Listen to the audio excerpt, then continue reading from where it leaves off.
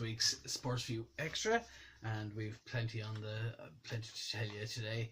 And we hope you enjoyed this new feature. It's going to be on every week, and also in addition to this, in addition to SPORTVIEW Extra, there'll also be SPORTVIEW Plus, where there'll be 2 additional interviews each week. So that's on SPORTVIEW Plus. So we'll start off with the story with Roscommon senior footballers drew with Tyrone in Dr. Hyde Park at Division 3 of the National Football League on Sunday last. Roscommon performed very well. Conor Cox played very well, but they played well throughout. But into the second half, then they upped the ante a bit, and they looked like winning. They were up by 6 points at half time. But the referee was another story.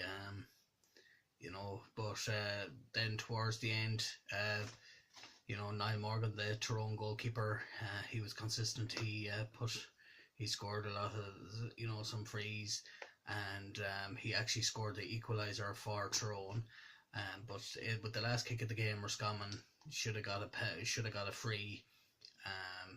But Niall Morgan then went to put his 2 knees on a Roscommon player who was on the ground, and Ulster Carney went to just shove him out of the way to get him away from the Roscommon player, and Niall Morgan then just theatrically went all over the place as if he went shall we say 10 rounds with Tyson Fury, and instead of us getting the free, the referee threw the ball in, and as a result of that, then the game ended level. But it's a good point for Roscommon, a good performance, a good National League so far. Unlucky against Mayo in the first round down in Castlebar. A good win over Monaghan then in the second round, and a good draw against a very physical Tyrone team. Now this weekend there is a break, and then after that then we play Cavan away. So that's so we'd like to wish the Roscommon senior footballers and Anthony Cunningham, who has done a great job with them so far this year, we'd like to wish them all the very best in Cavan in 2 weeks' time. And Kerry bet Dublin, which was a very good match down in Tralee. Kerry led throughout, and there was some players that weren't usually the first choice in the team, but they got their chance to shine. And Evan Comerford played in goal on the night as well. But Kerry were, they thoroughly deserved the win. They played very well, and so that's two losses out of 3 games for Dublin. Not the Dublin that we're used to, but maybe I suppose it's good for football. For football in Kerry, that the Kerry senior footballers won that game. So it's going to be an interesting Division 1 game, but actually Roscommon are above Dublin in the Division 1 table, so it's going to be interesting to see how the rest of the league goes. And Manor United, the club that I'm involved with there, the first team sports therapist there, we received half zip tops. Manor are at home to Clonfad in Division 2 of the Roscommon District League this weekend, this Sunday. So we have 4 games left, so we need to win those to finish either 3rd or 2nd. If we finish 2nd, we go up to Division 1, which would be a great achievement, considering that we haven't, we have been out of the league for the last 7 years, and this is the first year back. So hopefully we can do well for the remainder 4 games and win our 4 games. So but as I say, the management team of Pádraig Crine, George Kelly and Chris Ward have assembled a very good squad, and they've been getting stronger and stronger as the season has gone on. So regardless of whether we stay in Division 2 or go up to Division 1 next season in the Roscommon District League, we have a good foundation for next season. So stay tuned for that. And Boyle Celtic in the Premier Division of the Roscommon District Football League, Boyle Celtic and and St. Peter's are going toe to toe in the Premier Division. Next up for they had what should I say? Boyle Celtic had a 1-0 win, had a win over Ballinasloe at the weekend, and next up they have Ballymo in the next league game. So it's very interesting at the top of the Premier Division in the Roscommon District League, and the Roscommon ladies are doing well in the league. The one against Kildare, we'll mention that in a few minutes' time. And in soccer news, Arsenal's Aaron Ramsey has signed a pre-contract agreement to go to Juve. So he'll be going to Juve at the end of the season. A very good player. You know, it's a wonder that he hasn't been getting more appearances for Arsenal, leaving him on the bench at times. You know, when maybe he could do something for Arsenal. It doesn't make sense, but look, that's the first team manager there. He feels that it's better to start him on the bench. And Corofins Kieran Malloy faces an unfair dilemma caused by the GA, where Corofin play in the All-Ireland Club Championship, and NUIG play in the Sigerson Cup, both games on the same day. So you know, it happened last year with Damien Comer as well, where Anna Down were playing in the championship, and they were playing in they were playing in the All-Ireland Championship and Club Championship, and as well as him playing in the Sigerson Cup final. So you know, it's maybe they might have to consider putting it on a different date, I think. And Niall Morgan, as I just said there, his play acting cost Roscommon, and where Roscommon got a free, and seconds from the match. You know, I've explained that there already. And unfortunately, former England goalkeeping legend Gordon Banks has passed away at the age of 81. He made some brilliant saves. He played brilliantly for a lot of great soccer clubs, and he made a brilliant save against Pele in a World Cup as well. So you know, he was a real legend of a goalkeeper, and he'd be sadly missed by his family and friends and all involved in soccer. So may he rest in peace. And Ireland defeated Scotland in Murrayfield on Saturday. Johnny Sexton came out with a shoulder injury. He's a doubt. There's a break this weekend, and then they're away to Italy in Rome. So, but Johnny Sexton is a doubt. However, when Joey Carberry came on in his place, he was very assured, and any penalties or conversions that had to be taken, he put them over, and he performed very well. So he's a shoe-in for Italy then, should Johnny Sexton not be available. So tomorrow, or this evening, in the Champions League, Man United play Paris Saint-Germain in the first leg of the Champions League, the knockout stages as well. So it's getting to the business end of it. That should be a very good game. However, apparently Cavani and Neymar are supposed to be out injured. So does that make it a bit easier for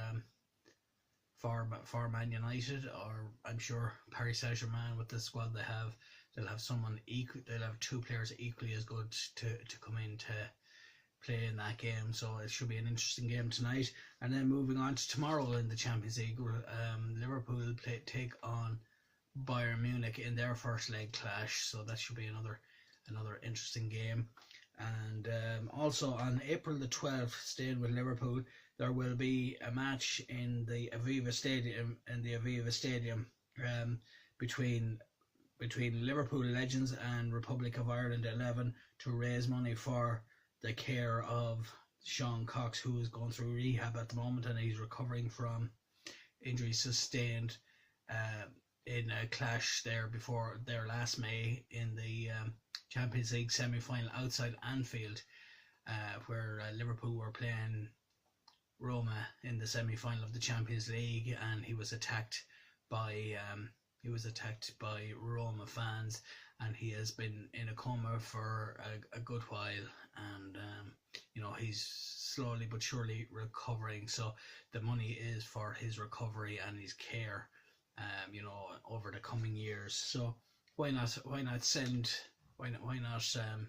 attend the game and help raise funds for this very worthy cause. And Paul Scholes apparently has taken over as first team manager of Oldham Athletic. This is despite the fact that he has a big stakeholder in their rivals Salford City. So that's going to be interesting to see how he gets on with Oldham Athletic. And Spurs goalkeeper Hugo Lloris insists that Spurs need to improve to stay in Premier League contention. In contention for the title, and they had a few blips throughout the season, but they've won the last couple of games, so it's going to be interesting to see how Spurs get on. And Man United player Anthony Martial said that life under Solskjaer is a lot easier than when Mourinho was in charge.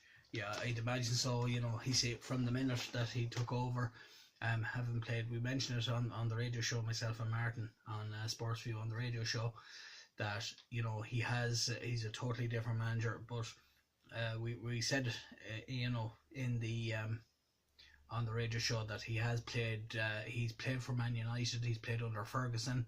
Ferguson is there in the background as well, advising him and helping him out where necessary.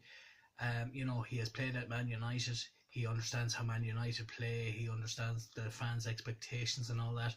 So he has fair play to him. He has brought on Man United an awful lot, and they are performing very well. As I said, they play Paris Saint-Germain tonight, and then on Sunday the Man United take on Liverpool in Old Trafford. So it's two very interesting games there. So it'll be interesting to see how those come out. And Kevin Kilbane said that Jeff Hendrick, the Burnley and Republic of Ireland midfielder Jeff Hendrick, is back to his best. He's a good player. Maybe his form has dipped of late, but according to Kevin Kilbane, he's back to his very best, and I wouldn't doubt it. He was always a very good player. And Manchester City scoring sensation Sergio Aguero is back to his is on fire at the moment, and he has said that from his point of view the team comes first, which is very good. It's great to see, and maybe that's the secret to Man City being thereabouts now. It's looking like it's between Liverpool and Man City, so it's going to mean a very interesting game very interesting end to the season. Will it end level on points and come down to goal difference? What do you think? Why not send us in your thoughts? And the death has occurred of renowned GAA coach John Morrison. He will be missed by his family, friends and the GAA community, as well as the players that he coached down the years and the wider community. And in the Premier League, last night ended 1-1 between Wolves and Newcastle. A very good game. Wolves, I would have tipped Wolves to win that one because they've had a very good season so far. And I would have thought that, even though I suppose Newcastle bet Man City recently there a couple of weeks ago in the Premier League, I would have thought that that Wolves would have won that, but it was a very good match. And I suppose at the end of the day, a draw was a fair result because they went Newcastle United went 1-0 up, and then they got the equaliser. So it just goes to show you, this time of year the games are getting tougher now, so the scramble for points and to climb up the table are and to get further up the table is increasing. So rugby, England are hotly tipped to win the Six Nations after a great start to their campaign. They bet Ireland in the Aviva Stadium in the first round, and a very convincing 48-8 win over France. So it'll be very interesting to see how that goes. And but you know, if Ireland can win all the remaining games and maybe England slip up, it would make for it would be interesting to see how that goes.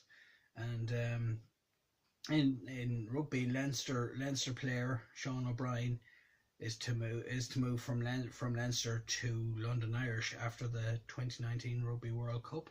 So fair play to him, he's been doing well for Leinster.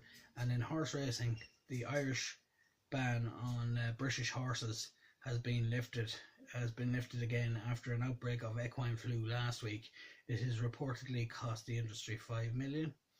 In J, Galway take on Dublin in Division 1B of the National Hurling League in Pearse Stadium. That should be a good match. Dublin are back to their best again after 2 very poor seasons, but they seem to be doing well this season in the league. And the Meath senior football manager Andy McEntee reckons that the rule changes won't solve football issues. And finally, this week's tips from Noel Mystery are Bernhard Langer at the Chubb Classic at 11-2, and Bubba Watson at the Genesis Open 22-1, and that's an each way bet to come in first. If you have anything you want featured on the SportsView Extra, email SportsView on rossfm@aol.com, or send in a WhatsApp message to 089 454 9332, and we'll mention them. We'll mention whatever you have to say. We'll mention them in next week's show. So we'd like to thank you all for tuning into SportsView Extra today, and as I said, stay tuned for SportsView Plus, where we'll have 2 interviews. We have an interview with looking ahead to the universities GAA, where the Sigerson Cup in football and the Fitzgibbon Cup in hurling, both championships have reached the business end. So we hope you look forward to that. So stay tuned.